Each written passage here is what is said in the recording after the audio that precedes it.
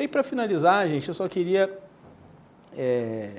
mostrar para vocês alguns estudos que a gente está fazendo e o que a gente faz, assim, com um pouquinho mais de detalhe, tá? Aqui é só para falar que a importância da análise econômica em defesa da concorrência. A gente vai ver que aquelas melhores agências ranqueadas lá que eu mostrei, as 5 primeiras, né, Estados Unidos, União Europeia, Japão, eles têm uma análise econômica muito forte, tá? Pra vocês terem ideia, nos Estados Unidos são 2 órgãos, né? Você tem o DOJ, que é uma área mais criminal do antitruste, tem uma divisão lá mais criminal que vai tratar de cartel, né? Outros crimes relacionados à defesa da concorrência, e vai ter o FTC, que vai estar analisando mais os casos de ato de concentração. E aí, em cada um desses órgãos, só a área econômica tem cerca de 70 PhDs em economia, né? Então, é um mundo ali muito diferente, assim, acho que destoa de todos os países, mas assim, para se chegar na elite lá, realmente essa área econômica tem que ser bastante fortalecida. Recentemente, o CAD passou por um peer review, que é uma avaliação entre os pares da OCDE sobre o que tem de problemático e o que tem de bom na política de defesa da concorrência do Brasil, o que ele precisa melhorar, né? Primeiro é mostrar que ele já deu um pulo lá de 3,5 estrelas para 4 e foi para os 10 melhores. Ou seja, ele já está numa posição na América Latina, né? Tirando os Estados Unidos, assim, nós ganhamos nos últimos 4 anos 3 prêmios de melhor autoridade de defesa da concorrência das Américas. Então, realmente, a mudança da lei deu um salto de qualidade. O que a gente precisa melhorar? O que o relatório lá da OCDE disse que o Brasil precisa melhorar? Tem alguns pontos. Primeiro, não primeiro em ordem, né? Ele não elenca as prioridades.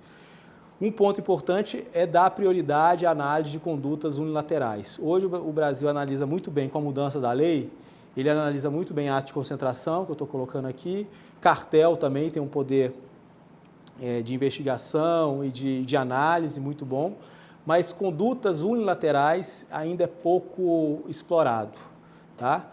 Até pela dificuldade, muitas vezes, de se assim, determinar e verificar essas condutas unilaterais. Condutas unilaterais são condutas que as empresas têm para exercer a posição dominante delas, tirando concorrentes do mercado. Tá? Esse caso dos postos de gasolina em Brasília. Não, aí, já teve ação do CAD. então, mas aí a gente chama que é conduta coordenada, porque não é unilateral. A unilateral é um posto só agindo para excluir os outros. A coordenada é cartel. Aí, geralmente, Brasília é cartel. Muitas vezes tem denúncia de conduta unilateral de posto. Qual que é a denúncia?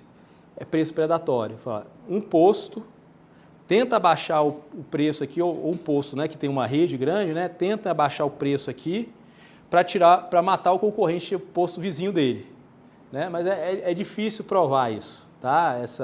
Porque é difícil provar que depois esse posto vai conseguir recuperar o dinheiro. Tem uma análise um pouco mais complicada. Mas a gente tem que melhorar essa análise de condutas unilaterais, tem que melhorar, esclarecer melhor as multas que são aplicadas. O que foi dito no relatório é que a gente não tem a questão do tempo incorporado, a própria definição de ramo de atividade é um pouco imprecisa, então eles falam que o CAD precisa melhorar essa clareza na aplicação e talvez o tamanho dessas multas, mas tem a questão da restrição legal, né? Então o CAD tem que trabalhar junto, muitas vezes vai ter que trabalhar com o legislativo para mudar a lei.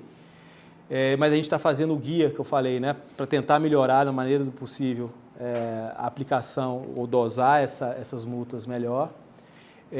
Um terceiro ponto é aumentar mais a área econômica, né? A gente vê desde que eu entrei em 2016, a gente tinha 9 servidores contando comigo.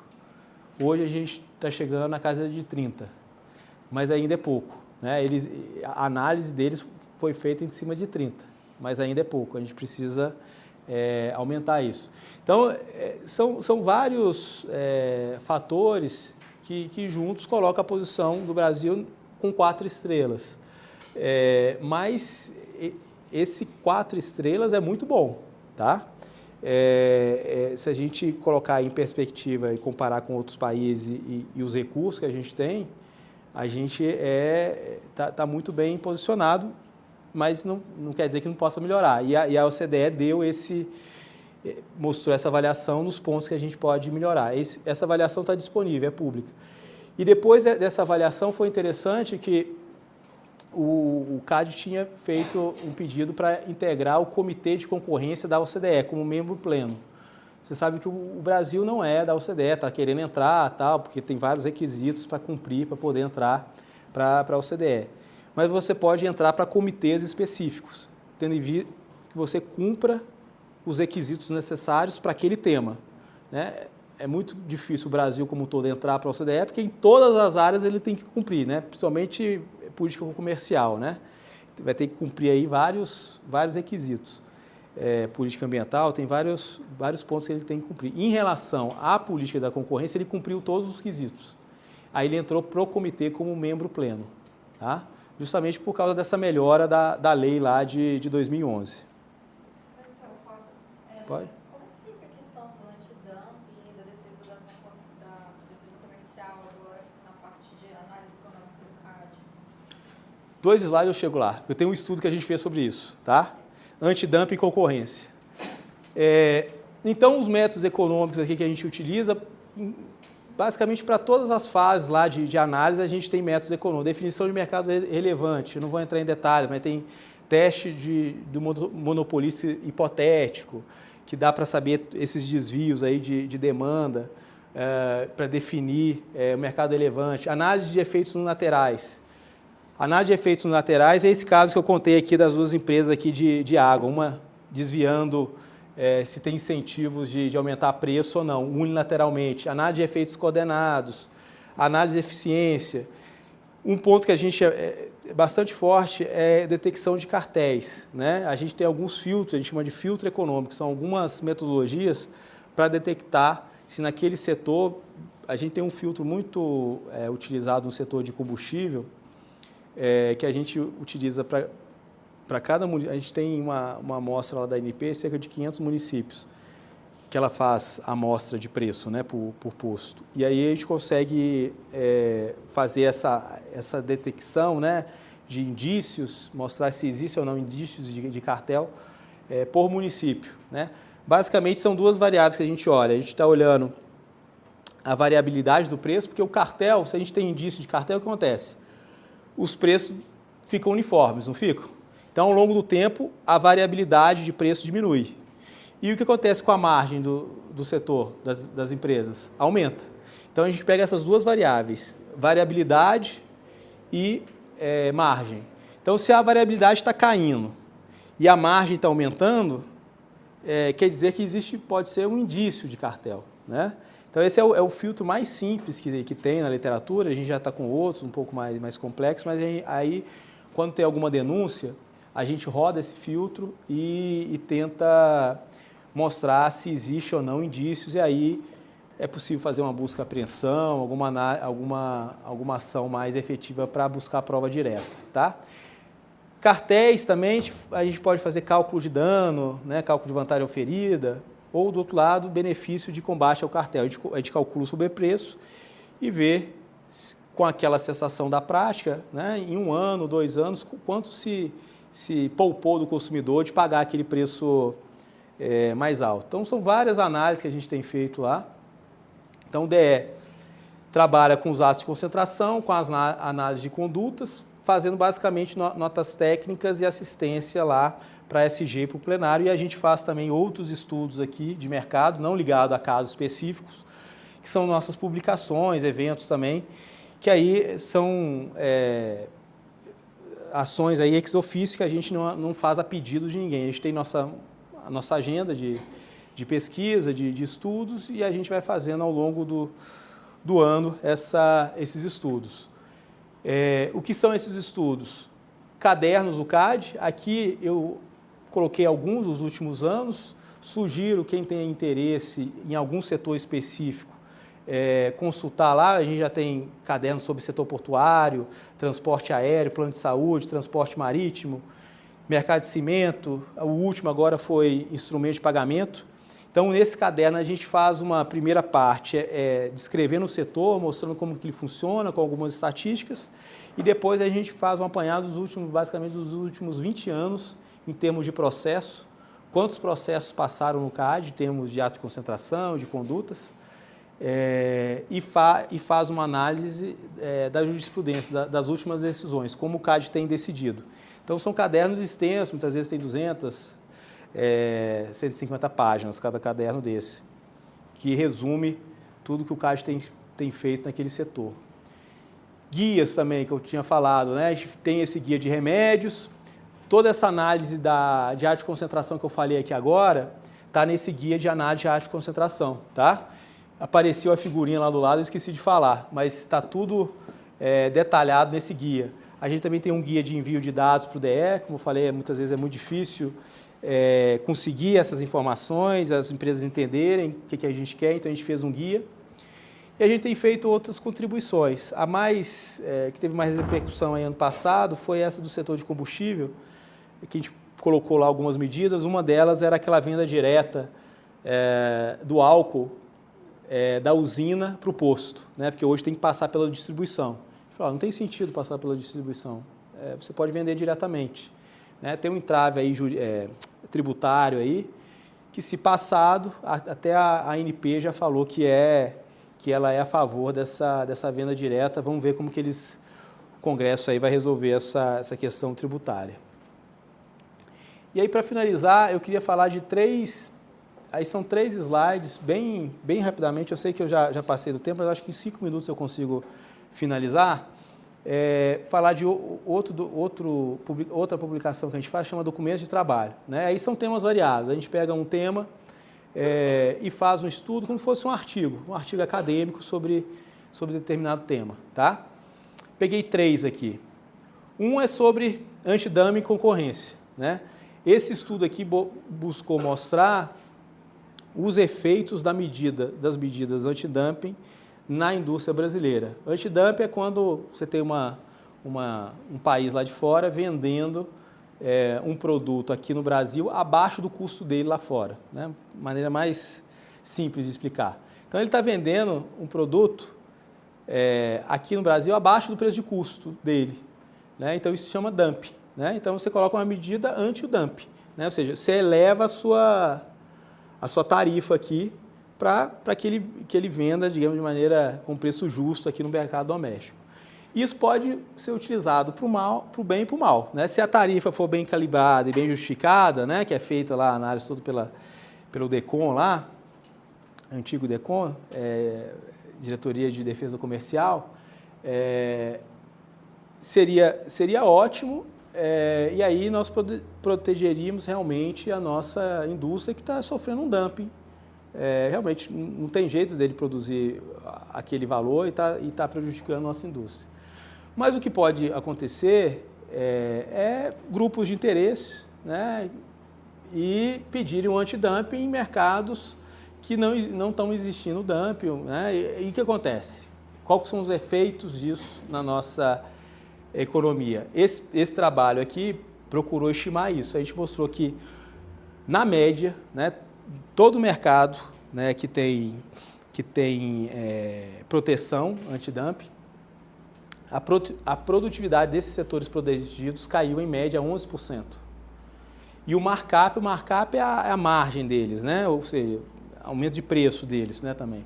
Aumentou em 3%.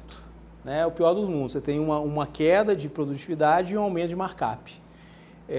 Então, é isso que aconteceu nos últimos anos, aí, aqui até 2016, no Brasil, com essas medidas aqui de aplicação de antidumping, tá?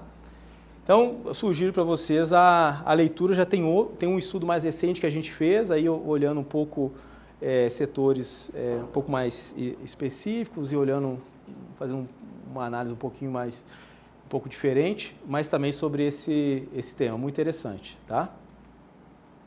O trabalho, esse aqui foi 2018, que olhou os efeitos concorrenciais da entrada da Uber no mercado de aplicativos, tá? Resumindo, bem resumido, a gente mostrou que depois da entrada da Uber, o que acontece? Aí a gente conseguiu dados, tá? Aí foram dados que a gente pediu tanto para Uber, para Easy e para 99 táxis. A gente pediu para Cabify também, mas ela estava no início, não influenciava muito os resultados.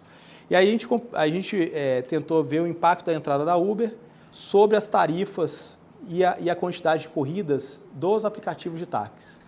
O que a gente viu é que depois da entrada da Uber tem uma queda grande no número de corridas de aplicativos de táxi. Isso vem, depois dessa queda, acontece promoções, preços mais baixos nos aplicativos de táxi, e aí os aplicativos conseguem recuperar um pouco o número de corridas, mas não voltam para aquele nível inicial, né? Ou seja, eles realmente perderam, no final eles perderam o mercado.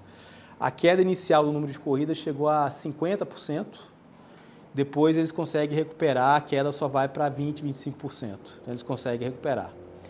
E a queda nas tarifas de aplicativo de táxi foi de 12%. Então, isso é um resultado interessante que mostra que, mesmo quem não usa Uber, mas não vou usar, foi beneficiado pela entrada da Uber, porque o táxi que ele está usando, o aplicativo de táxi que ele está usando, teve um preço menor, né? Então, mostra um pouco essa dinamicidade aí desse mercado, como que ele tem os seus resultados ao longo do tempo, né? A gente tem 3 estudos sobre Uber, tem 2 anteriores, um mais teórico e um empírico também, esse aqui é o último, tá? E por fim, gente, foi lançado mês passado a avaliação ex post do ato de concentração da Sadia Perdigão, né? A gente está falando aqui de ato de concentração, tudo simulação, né? A gente prevê que vai subir e toma uma decisão.